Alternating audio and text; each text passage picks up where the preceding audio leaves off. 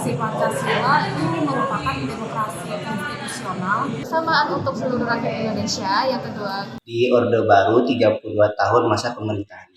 Dapat dikatakan juga demokrasi Pancasila ini sebagai masa rezim Orde Baru.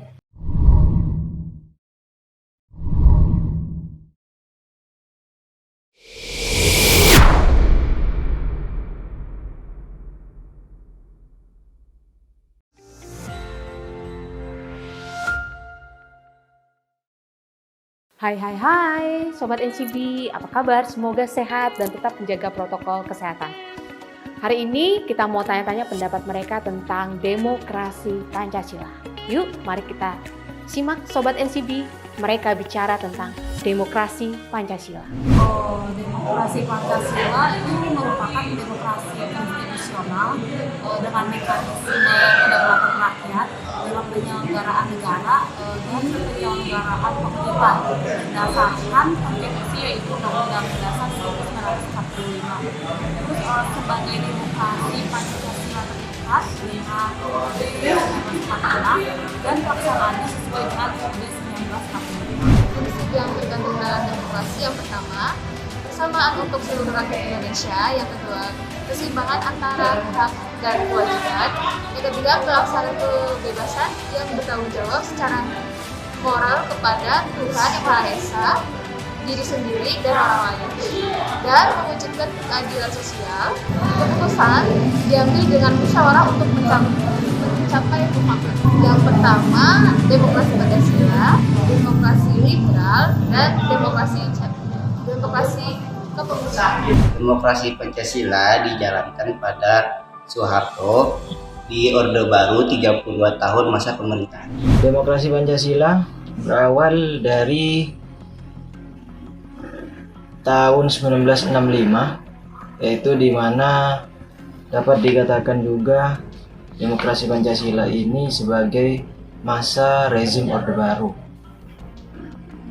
Kenapa masa rezim Orde Baru? Karena ditandai dengan pada masa itu berhasil ditumpasnya pergerakan 30 September. Maka dari itu bergesernya atau bergantinya dari masa Orde Lama atau masa kepemimpinan Soekarno kepada masa kepemimpinan Soeharto, yaitu disebut juga masa rezim Orde Baru. Itu pada tahun 1965. Dikatakan demokrasi Pancasila karena demokrasi ini atau yang menjadi landasan utamanya itu adalah Pancasila dan Undang-Undang Dasar 1945 serta beberapa ketetapan-ketetapan dari MPRS, yaitu seperti digantinya peraturan Presiden seumur hidup ketika masa demokrasi terpimpin pada demokrasi Pancasila, yaitu dikeluarkan TAP MPRS berganti kepada masa kepemimpinan presiden itu dibatasi, jadi tidak seumur hidup. Lalu demokrasi Pancasila ini dalam bukunya Miriam Budiarjo, Dasar-dasar Ilmu Politik, itu dijelaskan bahwa dalam pelaksanaannya demokrasi Pancasila ini tidak seperti yang dibayangkan akan lebih baik atau lebih teratur seperti sebelum dari masa Orde Lama. Tapi ternyata di situ ada beberapa praktek-praktek atau beberapa sistem yang sama juga merugikan. Contoh saja yang pertama itu ada terjadi sistem monoloyalitas. Monoloyalitas ini adalah di mana para pegawai negeri sipil ketika itu harus memilih Partai Golkar.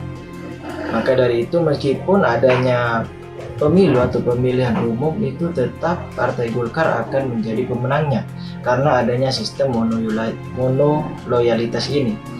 Yang kedua, terjadinya KKN atau korupsi, kolusi, dan nepotisme, yaitu di mana terjadinya KKN ini ditandai dengan kurang masifnya atau kurang dikoreksi, kurang dijaga atau kurang masifnya, di mana badan eksekutif seperti contohnya presiden itu tidak ada yang mengoreksi atau kurang untuk, seperti halnya tidak ada orang-orang yang yaitu kontra terhadap pemerintah. Maka di situ gampang sekali terjadi korupsi dan nepotisme. Oke, itu menurut buku atau dalam buku Miriam Budiarjo.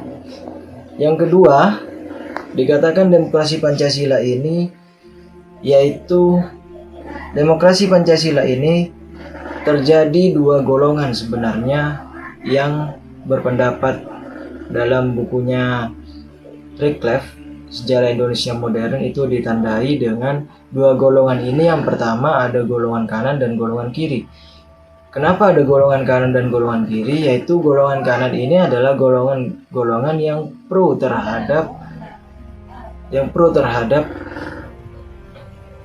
berubahnya sistem demokrasi atau berubahnya rezim dari Orde Lama kepada Orde Baru. Golongan kiri yaitu golongan yang kontra atau sedikit berbeda pendapat terhadap atau pada masa rezim Orde Baru ini.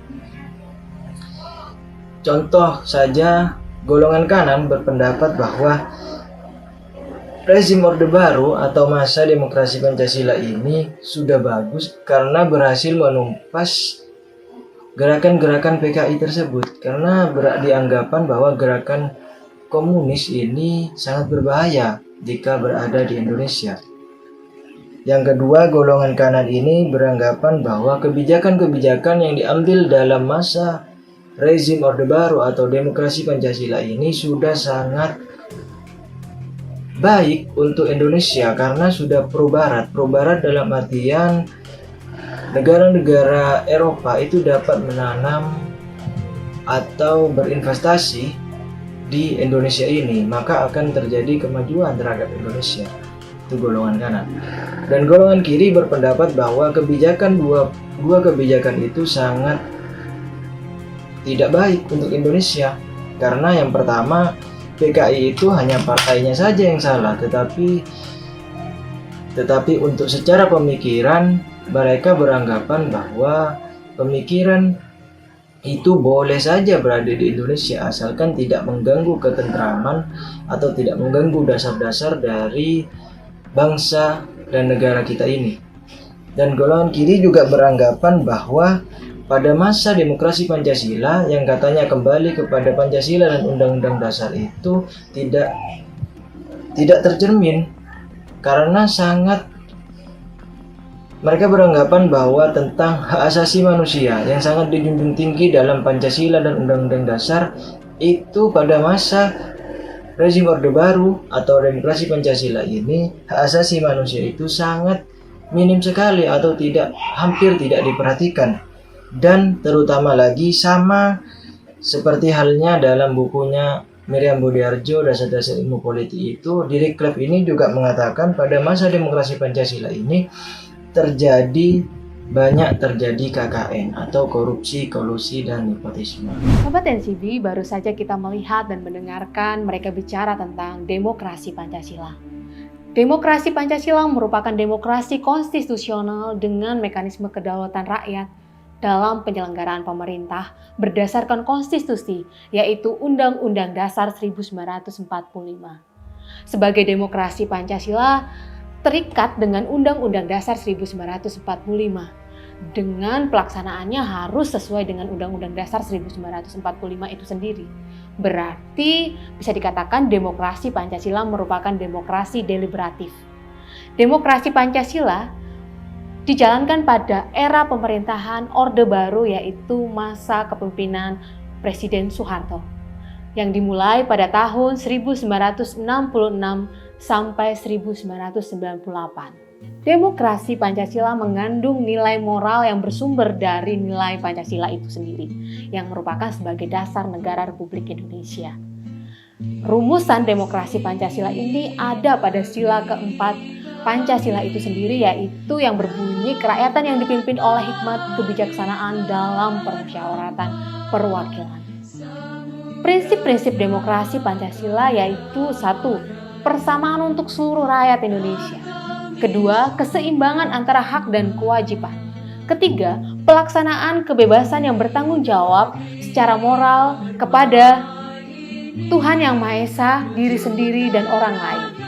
Yang 4. Mewujudkan keadilan sosial. Dan yang 5. Keputusan diambil dengan musyawarah untuk mencapai mufakat. Nah, baru kita lihat bahwa ada nilai-nilai yang terkandung dalam demokrasi Pancasila, yaitu 1. Ketuhanan yang berkebudayaan. 2. Kemanusiaan yang universal. 3. Persatuan dalam kebinekaan. 4. Demokrasi permusyawaratan. Dan 5. Keadilan sosial.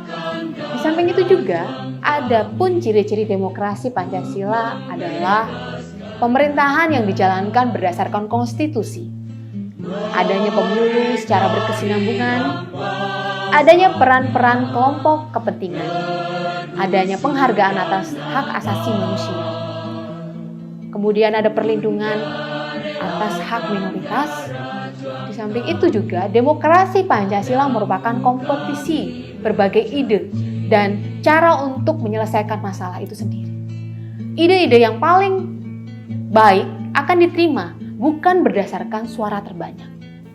Pelaksanaan demokrasi Pancasila mengalami kegagalan karena praktek kenegaraan dan pemerintahan terdapat banyak pelanggaran.